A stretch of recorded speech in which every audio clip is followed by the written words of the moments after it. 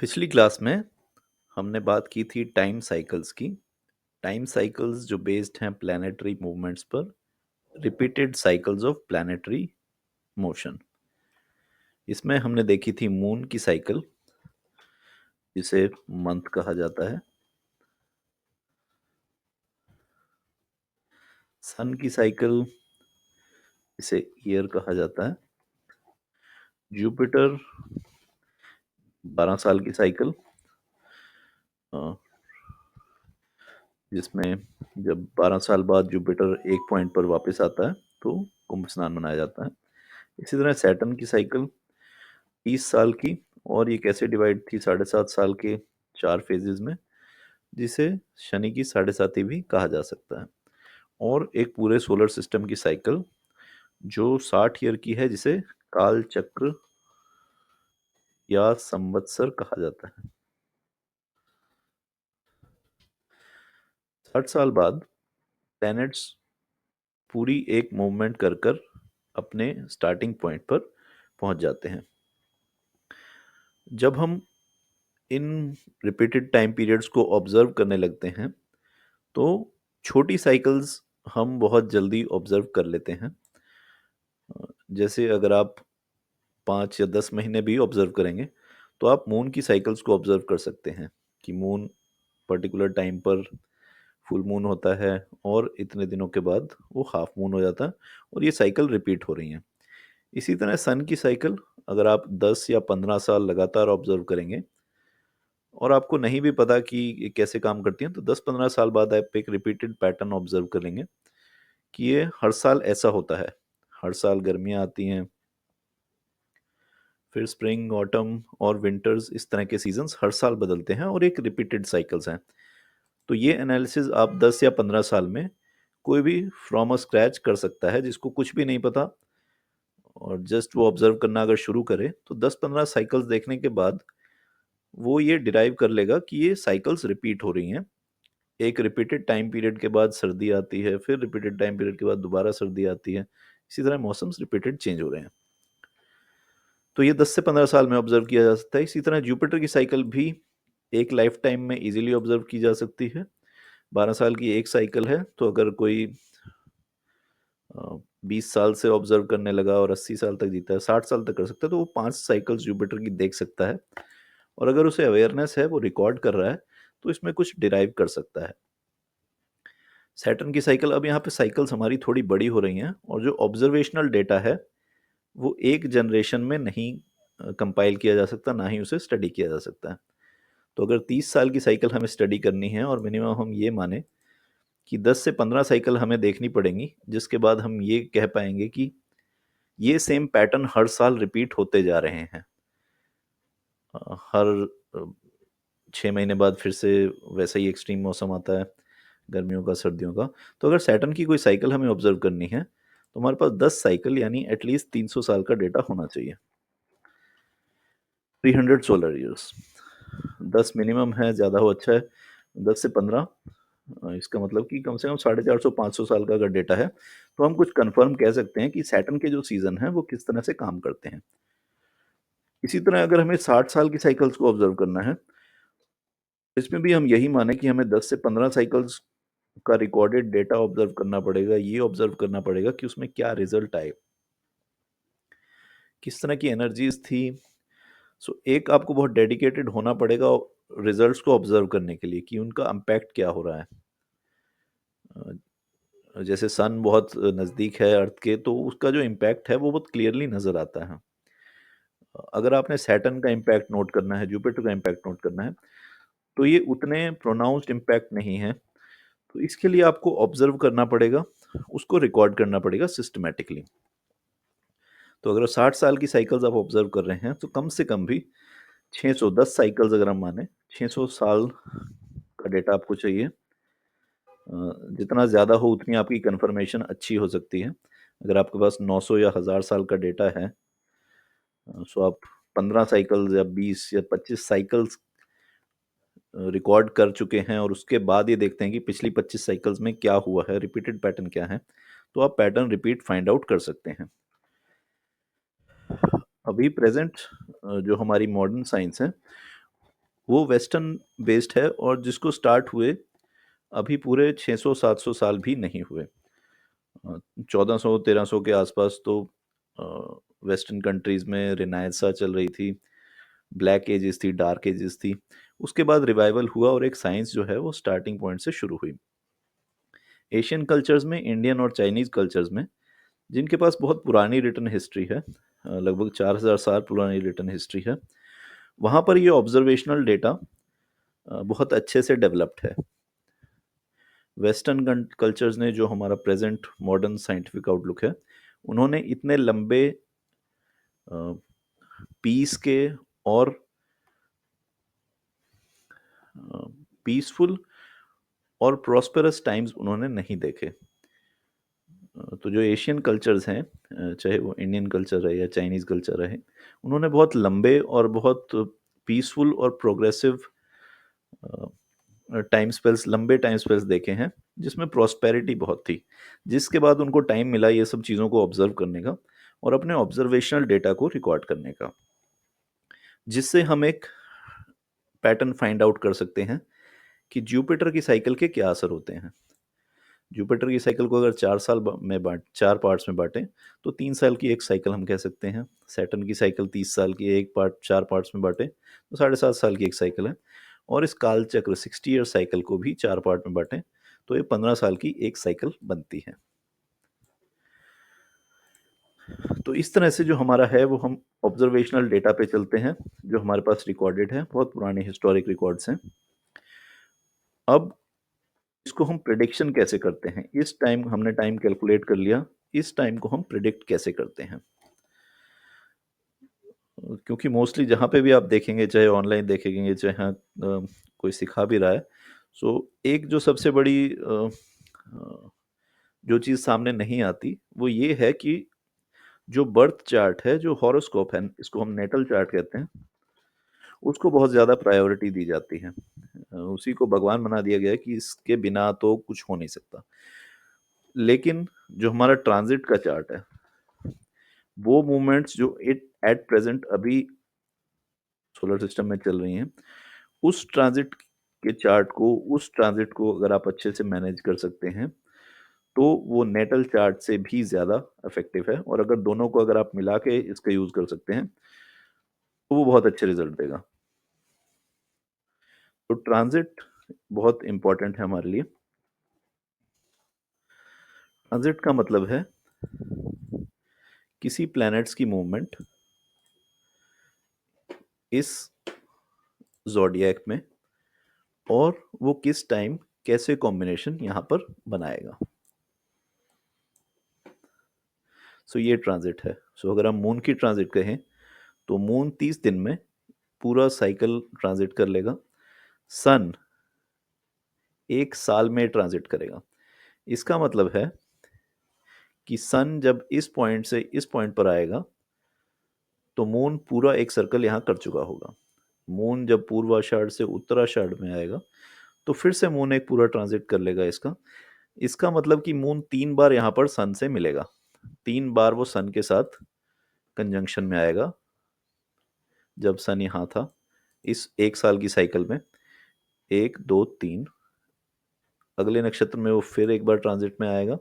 इसी तरह 1 साल में मून और सन 12 बार कंजंक्शन में आएँगे। एक जगह वो मिलेंगे, जो कि उनका 0 डिग्री एंगल होगा, जहाँ पे वो 0 डिग्री होंगे। इसी तरह एक पॉइंट ऐसा भी आएगा, जहाँ पे सन और मून पूरे 180 डिग्री पे होंगे। क्योंकि मून बहुत फास्ट मूव कर रहा है, सन बहुत स्लो मूव कर रहा है। सो एक पॉइंट हर मून की हर साइकिल में एक पॉइंट ऐसा आएगा जहां वो सन के साथ 0 डिग्री पे होगा और एक पॉइंट ऐसा भी आएगा जहां पे वो सन के साथ पूरा 180 डिग्री पर होगा। इन दो पॉइंट्स को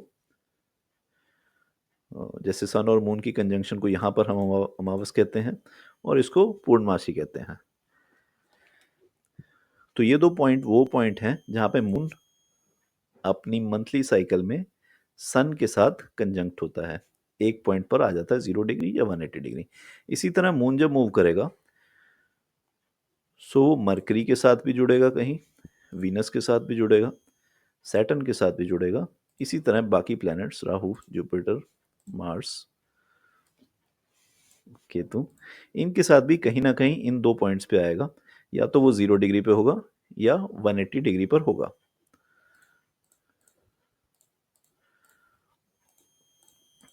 अब हम प्रिडिक्शन कैसे करेंगे? प्रिडिक्शन के लिए सबसे पहले अगर हम ये मानते हैं आज 27 दिसंबर है, 27 दिसंबर 2024 साल खत्म होने वाला है। अगर हम ये देखें, हमें न्यू ईयर के लिए प्रिडिक्ट करना है। हमें प्रिडिक्ट करना है ईयर 2025 के लिए। शुरू करते हैं 1 महीने की प्रिडिक्शन से। हमें 1 मंथ की प्रिडिक्शन कर ली है। लेट अस से दिस इज जनवरी। अब हमें 1 मंथ की प्रिडिक्शन करनी है। इस 1 मंथ की प्रिडिक्शन हम कैसे करेंगे? सपोज ये चार्ट है हमारा, ये ज़ोडिएक है हमारा, ये प्लेसमेंट है प्लैनेट्स की 31 दिसंबर को। 3 दिन बाद थोड़ी चेंज हो जाएगी। लेट अस से this is 31 December and this is the placement. ये सन है, ये मून है। तो सबसे पहले हमें सेंसिटिव पॉइंट्स फाइंड करने हैं। सेंसिटिव पॉइंट्स, 2 सेंसिटिव पॉइंट्स हमें ऑलरेडी पता है। एक है नो मून, जहां पे moon is at 0 degree, 0 degree to sun. Okay, let us say where is degree? Okay, so this is 0 degree to sun. ये पहला पॉइंट है। दूसरा पॉइंट जो फुल मून वाला है, जहां पे मून है 180 डिग्री टू सन। ये 2 सेंसिटिव पॉइंट्स हैं, क्योंकि यहाँ पर एक बार मून की एनर्जी बिल्कुल जीरो हो जाती है जब सन के साथ कंजंक्शन में आता है, और at 180 degree moon full powerful है, क्योंकि वो सन के इन्फ्लुएंस में बिल्कुल नहीं है। अगर हम मून की साइकिल से ही लेकर चलें, और भी कॉम्बिनेशन बनेंगे, लेकिन एक इसको सिंपल रखने के लिए सबसे पहले हम मून से स्टार्ट कर रहे हैं। तो 2 सेंसिटिव पॉइंट्स हमें मिल गए, जहां पे मून किसी प्लैनेट के साथ 0 डिग्री पे है और जहां पर 180 डिग्री पर है। क्योंकि सन की पावर बहुत ज़्यादा है, तो वो मून को कंबस्ट कर देता है। मून की एनर्जी एट 0 डिग्री बिल्कुल ख़त्म हो जाती है। लेकिन सभी प्लैनेट्स के साथ ऐसा नहीं होगा। मून 1 महीने की अपनी साइकिल में सभी प्लैनेट से मिलेगा, लेकिन सभी प्लैनेट्स के पास उतनी एनर्जी नहीं है कि वो मून को कंबस्ट कर सके। हर प्लैनेट जब मून के साथ जुड़ेगा, वो कुछ अलग इफेक्ट देगा। फॉर एग्जाम्पल, मून मरकरी के साथ कंबस्ट होता है अपनी साइकिल में। मरकरी के साथ कंजंक्ट होता है, एक साथ एक 0 डिग्री पे आते हैं। वीनस के साथ कंबस्ट होता है, वीनस के साथ जब कंजंक्शन में आता है, एक 0 डिग्री पे आते हैं। उसके इफेक्ट अलग होंगे, क्योंकि वीनस की एनर्जी अलग है। वीनस और मून की एनर्जी दोनों की लगभग एक जैसी एनर्जी है, वो बेनिफिक उस एनर्जी को बढ़ा भी सकते हैं। सन और मून की एनर्जी बिल्कुल ऑपोजिट थी, जिसकी वजह से, क्योंकि मून वीक था और सन बहुत स्ट्रांग था, तो मून बिल्कुल ही कंबस्ट हो गया, विदाउट पावर हो गया। लेकिन मून जब वीनस के साथ जुड़ेगा, जब इसके साथ 0 डिग्री पर आएगा, तो दोनों की, क्योंकि एलिमेंट सेम है, एनर्जी सेम है, वो इस एनर्जी को डबल करेगा, उस एनर्जी को बढ़ाएगा। इसी तरह हर प्लैनेट की अलग एनर्जी है। मून के साथ जब वो एनर्जी जुड़ेगी, तो वो अलग तरह के इफेक्ट देगी। मरकरी के साथ मून का कॉम्बिनेशन अलग है, 0 डिग्री पे और 180 डिग्री दोनों पर। वीनस के साथ अलग है, सैटर्न के साथ भी अलग रहेगा। इसी तरह राहु, जुपिटर, मार्स, केतु। तो हमारे पास जो सेंसिटिव पॉइंट्स है, जब मून किसी प्लैनेट के साथ 0 डिग्री या 180 डिग्री पर होगा। 0 डिग्री अगर हम कहें, sun moon at 0 degree, sun moon 0 degree पर है, ये हमारा पहला सेंसिटिव पॉइंट है। उसी तरह सन मून 180 डिग्री पर है, ये पहला सेंसिटिव पॉइंट है। इसी तरह मून के साथ मरकरी हमारा एक और सेंसिटिव पॉइंट है, 0 डिग्री पर। मून मरकरी 180 डिग्री पर एक और सेंसिटिव पॉइंट है। इसी तरह मून सैटर्न के साथ एक और सेंसिटिव पॉइंट है 0 डिग्री पर। मून सैटर्न के साथ 180 डिग्री पर एक और सेंसिटिव पॉइंट है। Similarly moon and Jupiter at 0 degree and 180 degree. इन सारी डेट्स को हम नोट करेंगे। सपोज अगर ये 8 प्लैनेट्स हैं, तो मून सन 1 2, 2, तो ये 16 कॉम्बिनेशंस ऐसे बना सकता है। 16 कॉम्बिनेशन अगर हम ये माने, मून 16 कॉम्बिनेशंस बना रहा है। ये हमारे प्राइमरी सेंसिटिव पॉइंट्स आ गए, जहाँ पे हम एनर्जी देख सकते हैं कि मून किसी एनर्जी के साथ जुड़कर क्या रिजल्ट हमें देता है। इसके बाद, क्योंकि सिर्फ मून ही इसमें ट्रांजिट नहीं कर रहा, सन भी धीरे धीरे ट्रांजिट कर रहा है, ऑल्दो उसका ट्रांजिट स्लो है। सो जहाँ पे ये ट्रांजिट में आएगा, जैसे ट्रांजिट में आगे बढ़ेगा, ये दूसरे प्लैनेट्स को भी अफेक्ट करेगा। जैसे अगर पूर्व आषाढ़ा में सन आता है, इसका जो इम्पैक्ट है वो राहु पर भी पड़ रहा है। तो इसका फ्रंटल एस्पेक्ट किसी और प्लैनेट पे भी पड़ सकता है। सिमिलरली मार्स का इम्पैक्ट जैसे इस टाइम सैटर्न को जा रहा है, सैटर्न का मार्स को जा रहा है, तो ये अलग अलग कॉम्बिनेशन से भी एक दूसरे को इम्पैक्ट करेंगे, जिसे वेद करना कहते हैं, एस्पेक्ट्स भी कहते हैं।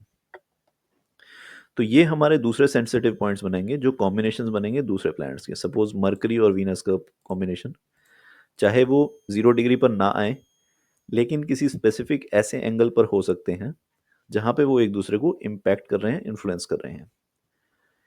इसी तरह हम दूसरे कॉम्बिनेशंस बनाएंगे, मरकरी वीनस, मरकरी सैटर्न, अगर वो मूव कर रहे हैं और इम्पैक्ट करते हैं। अगर वो इस एक मंथ की साइकिल में किसी भी तरह से एक दूसरे को इम्पैक्ट नहीं कर रहे, तो हम उसको एक सेंसिटिव पॉइंट नहीं लेंगे।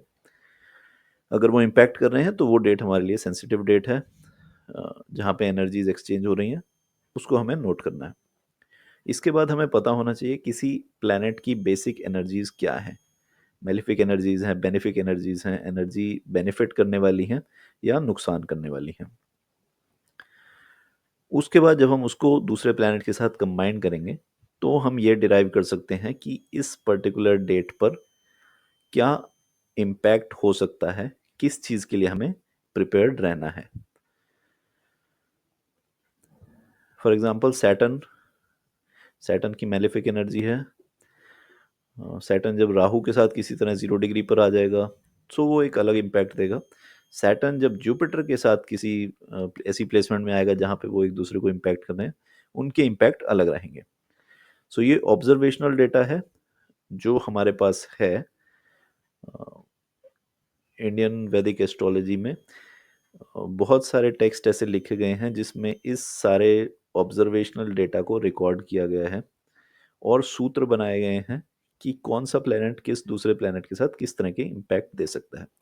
तो इस तरह से हम मंथली प्रिडिक्शन कर रहे हैं। इसी तरह से ईयरली प्रिडिक्शन भी की जा सकती है, सेंसिटिव पॉइंट्स देखकर कि किसी ट्रांजिट में प्लैनेट्स दूसरे को कैसे इम्पैक्ट करेगा, और जो सेंसिटिव पॉइंट्स बनेंगे उसका इन जनरल ह्यूमन बींग्स पे क्या असर हो सकता है। अभी हमने मुंडेन एस्ट्रोलॉजी की बात की है, जनरल एस्ट्रोलॉजी, किसी स्पेसिफिक हॉरोस्कोप को अभी हमने अप्लाई नहीं किया।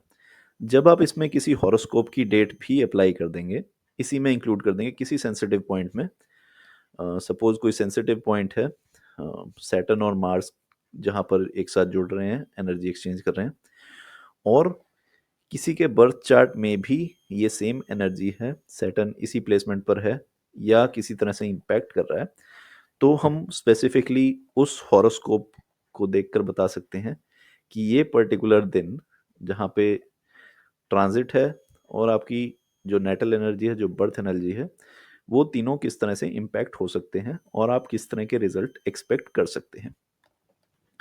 सो ये बेसिक प्रिडिक्शन है। मंथली हमने की, इसी तरह ईयरली की जा सकती है। हॉरोस्कोप को ऐड करेंगे, सो हॉरोस्कोप बेस्ड किसी की इंडिविजुअल प्रिडिक्शन भी की जा सकती है।